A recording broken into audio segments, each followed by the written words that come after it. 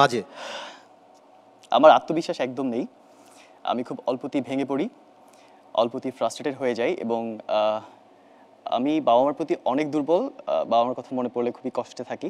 সবকিছু এটা তো পজিটিভ, নেগেটিভ না তো এটা? এটা নেগেটিভই। আমার আবেগ বেশি বাবা মার প্রতি।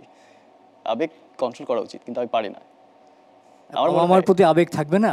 অবশ্যই আবেগ থাকতে হবে। আচ্ছা, জি। এটা নেগেটিভ না, এটা আসলেই পজিটিভ। সন্তানের যদি বাবা মায়ের প্রতি আবেগ না থাকে তাহলে তোমার যে নেক্সট জেনারেশন তাদের প্রতি তোমার এক্সপেকটেশনটা কিন্তু সেরকম থাকবে না। হ্যাঁ। চশমাটা খুলে তোমার পাশে একটা মেয়ে আছে, ওকে। তাকে তুমি অনেকদিন যাবত পছন্দ করো, তাকে তুমি ভালোবাসার কথাটা সাইন ল্যাঙ্গুয়েজে বলবা।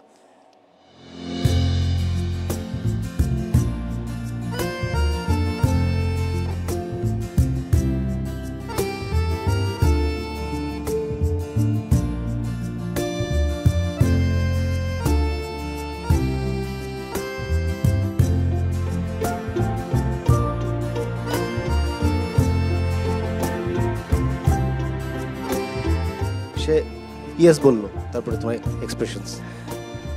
ইয়েস।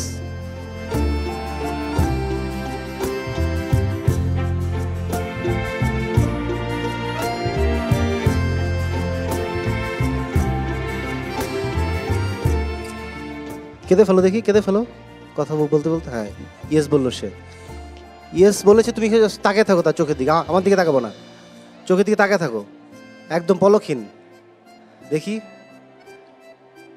আবেগ।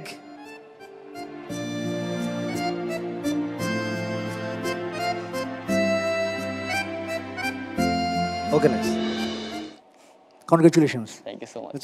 একটা জোরে একটা এক্সপ্রেশন দাও, চিৎকার করে দেখি।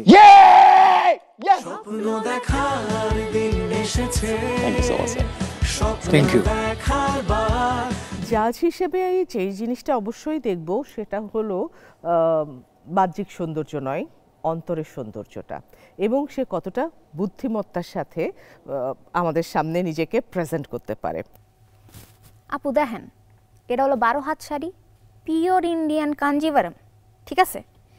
আরে আপনি উনি দেখেন কে, উনি কি আছে দেখেন, এরা একদম পিওর 12 হাত শাড়ি, আরও এক্সট্রা আছে 1 হাত, ব্লাউজ বানায় নিতে পারবেন, কোনো কথা নাই। আরে আপু চুপ থাকেন, দেখাইতাছি তো। কি দেখালেন ওই জায়গা? দাঁড়ান, শাড়িটা বাইক করতেছি। নেন, দাম কিন্তু 12,000 টাকা, কমান যাইব না? আপনার যে খাইসটা জানি, কি নিবেন না? তাহলে রাখেন, ওইসে কি এটা নিবেন? নেন।